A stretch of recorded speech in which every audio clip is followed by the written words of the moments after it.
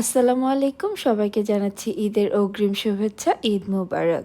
ঈদের সকালে টেবিলে দুধ সেমাই না থাকলে মনে হয় যেন কোনো ডেজার্টই নেই। যত রকম ডেজার্টই আমরা তৈরি করি না কেন, দুধ সেমাইটা কিন্তু খুবই কমন এবং মাস্ট একটা আইটেম।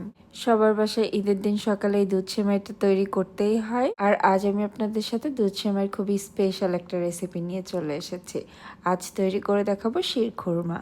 নর্মালভাবে তো দুধ সেমাই অনেকেই তৈরি করেছেন, তবে এভাবে অবশ্যই একবার ট্রাই করবেন। খেতে অসম্ভব মজার হয়। ঈদের দিন সকালের খুশি একদম দ্বিগুণ করে দিবে। আমি আশা করছি রেসিপিটা আপনাদের অনেক বেশি ভালো লাগবে। এখন চলে যাচ্ছি পুরো রেসিপিতে। শিরখুরমা তৈরি করার জন্য চুলায় একটা প্যান বসিয়ে নিয়ে নিচ্ছি 1 টেবিল চামচ ঘি। ঘিটা যখন গরম হয়ে এসেছে, আমি এখন এখানে বেশ কিছু ড্রাই ফ্রুটস নিয়ে নিয়েছি। এখানে কাজু বাদাম, পেস্তা বাদাম আর কাঠবাদাম সবকিছু এখানে কুচি করে নিয়েছি। বেশ কিছু কিশমিশ নিয়েছি আর 4-5টা খেজুর, সেগুলোকে পাতলা পাতলা করে কেটে নিয়েছি। এখানে সবকিছুই মোটামুটি 2 টেবিল চামচের মতো করে আছে, তবে আপনারা আপনাদের স্বাদ মতো এবং সুবিধা মতো সবকিছুই কমিয়ে বাড়িয়ে নিতে পারবেন। চুলার আঁচটাকে মিডিয়াম লোতে রেখে আমি এই ড্রাই ফ্রুটসগুলোকে 2 মিনিটের মতো একটু ভেজে নিয়েছি। দেখে নিশ্চয়ই বুঝতে পারছেন সুন্দর একটা কালার এসেছে আর এগুলো থেকে খুব সুন্দর একটা সুঘ্রাণ আসতে শুরু করেছে। এখন এগুলোকে আমি উঠিয়ে নিচ্ছি। সব ড্রাই ফ্রুটসগুলোকে আমি প্যান থেকে উঠিয়ে নেওয়ার পর এখানে আরও 1 টেবিল চামচের মতো ঘি দিয়ে নিচ্ছি।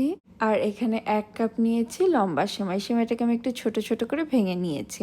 এখন চুলার আঁচটাকে মিডিয়াম লোতে রেখে সেমাইগুলোকে গোল্ডেন ব্রাউন হওয়া পর্যন্ত সুন্দরভাবে ভেজে নিচ্ছি। সেমাইগুলো ভাজা হয়ে গিয়েছে, দেখে নিশ্চয়ই বুঝতে পারছেন খুব সুন্দর একটা কালার চলে এসেছে। এখন এই ভাজা সেমাইগুলো আমি উঠিয়ে নিচ্ছি। আর এই সেম প্যানে নিয়ে নিচ্ছি তরল দুধ। আমি এখানে 1.5 লিটার তরল দুধ নিয়ে নিচ্ছি। আর এই দুধটা কিন্তু আগে থেকে জাল করা। আমি এখানে মোটামুটি 7 কাপ দুধ জাল করে 6 কাপের মতো করে নিয়েছি। যেহেতু একটি স্পেশালভাবে সেমাইটা তৈরি করছি, আপনারা চাইলে কিন্তু এখানে কাঁচা দুধ ইউজ করতে পারবেন। সেক্ষেত্রে আগে একটু জাল করে নিতে হবে। এর সাথে দিয়ে দিচ্ছি 3টা এলাচ। এলাচের মুখগুলোকে একটু ফাটিয়ে নিয়েছি যেন সুঘ্রাণটা ভালোভাবে বের হতে পারে। আর 1 চিমটির মতো দিয়ে দিচ্ছি জাফরান বা স্যাফরান। এটাতে সুন্দর একটা সুঘ্রাণ আসবে আর সুন্দর একটা কালারও আসবে, তবে হাতের কাছে না থাকলে না দিলেও চলবে। এখন এটাতে বলক আসা পর্যন্ত ভালোভাবে জাল করে নিচ্ছি। আর যখন এটাতে বলক চলে এসেছে, আমি যে ড্রাই ফ্রুটসগুলোকে ভেজে রেখেছিলাম সেগুলো দিয়ে দিচ্ছি। ড্রাই ফ্রুটসগুলো দেওয়ার পরে চুলার আঁচটাকে মিডিয়ামে রেখে এগুলোকে 2-3 মিনিটের মতো খুব ভালোভাবে কুক করে নিচ্ছি। এতে ড্রাই ফ্রুটসগুলো যেমন কিছুটা কুক হয়ে যাবে, দুধটা আরও কিছুটা ঘন হয়ে যাবে। 2-3 মিনিট জাল করে নেওয়ার পর এখন এর সাথে ভেজে রাখা সেমাইগুলো দিয়ে দিচ্ছি। আর চুলার আঁচটাকে কিন্তু আমি মিডিয়াম লোতে রেখে এটাকে আরও 2-3 মিনিটের মতো জাল করে নিচ্ছি। এতে সেমাইটা কিছুটা কুক হয়ে আসবে। সেমাইটাকে আরও কিছুটা স্পেশাল করার জন্য আরেকটা চুলায় আমি একটা প্যান বসিয়ে নিয়েছি। কিছুটা ক্যারামেল তৈরি করে নিব, সেজন্য আমি প্যানে নিয়ে নিচ্ছি 1/4 কাপ চিনি। চুলার আঁচটাকে মোটামুটি লোতে রেখে চিনিটা পুরোপুরি গলে ক্যারামেল হওয়া পর্যন্ত অপেক্ষা করছি। এই ক্যারামেলটা দিলে কিন্তু সেমাইয়ের স্বাদ অনেক গুণেই বেড়ে যায়, তবে খেয়াল রাখতে হবে এটা যেন কোনোভাবেই পুড়ে না যায়। ক্যারামেলটাকে যদি খুব বেশি পুড়িয়ে ফেলা যায় তাহলে কিন্তু সেমাইয়ের কালারটাও চেঞ্জ হয়ে যাবে আর স্বাদটাও খেতে আর ভালো লাগবে না। ক্যারামেলটা তৈরি হতে হতে সেমাইটাকে কিন্তু 2-3 মিনিটের মতো জাল করে নিয়েছি। এখন এর সাথে খুব সামান্য একটু লবণ দিয়ে দিচ্ছি। মিষ্টি খাবার একটু লবণ দিলে খেতে বেশি ভালো লাগে, তবে আপনারা দিতে না চাইলে স্কিপও করতে পারেন। আর 1/4 কাপ দিয়ে দিচ্ছি কনডেন্স মিল্ক। কনডেন্স মিল্কের পরিবর্তে চাইলে আপনারা এখানে চিনি ইউজ করতে পারেন। আমি এখানে 1/4 কাপ কনডেন্স মিল্ক ইউজ করেছি, যেহেতু আরও 1/4 কাপ চিনির ক্যারামেল দিব। তবে মিষ্টিটা কিন্তু আপনারা আপনাদের স্বাদ মতো কমিয়ে বাড়িয়ে এখানে ইউজ করতে পারবেন। ক্যারামেলটাও কিন্তু তৈরি হয়ে গিয়েছে, দেখে নিশ্চয়ই বুঝতে পারছেন এটার কালারটা খুব বেশি ডিপ হয়নি।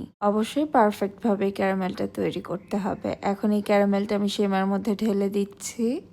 এখন এই সব কিছুকে একসাথে আরও কিছুক্ষণ আমি জাল করে নিচ্ছি। আর দুধটা যেহেতু আগে থেকে কিছুটা ঘন করে নিয়েছিলাম, এটা ঘন হতেও কিন্তু খুব বেশি সময় লাগবে না। দেখে নিশ্চয়ই বুঝতে পারছেন সেমাই কিন্তু খুব সুন্দর একটা কালার চলে এসেছে। আর এই সেমাইটা কিন্তু অলমোস্ট রান্না হয়ে গিয়েছে। এখন এটাকে আমি চুলা থেকে নামিয়ে নিব। আর আপনারা চাইলে এটাকে গরম গরম সার্ভ করতে পারেন বা চাইলে এটাকে ফ্রিজে রেখে ঠান্ডা করে সার্ভ করতে পারেন। এবার ঈদে নর্মাল দুধ সেমাই তৈরি না করে এভাবে শিরখুরমাটা তৈরি করতে পারেন। খেতে অসম্ভব মজার হয়, মুখে দেওয়ার সাথে সাথে শাহি একটা ফিল আসবে। ঈদের দিন সকালে যে খাবে খেয়ে একদম খুশি হয়ে যাবে। রেসিপিটি অবশ্যই এভাবে ট্রাই করতে পারেন। আর যদি এভাবে ট্রাই করে থাকেন আমাকে কমেন্ট সেকশনে জানাতে ভুলবেন না আপনাদের কেমন লাগলো। আর আমার রেসিপিটি যদি কোথাও একটুখানি ভালো লেগে থাকে আমার চ্যানেলটিও সাবস্ক্রাইব করে রাখতে পারেন। সবাইকে ঈদের শুভেচ্ছা জানিয়ে আজকের মতো এখানেই বিদায় নিচ্ছি। সবাই অনেক বেশি ভালো থাকবেন আর আমাদের জন্য দোয়া করবেন। আল্লাহ হাফেজ।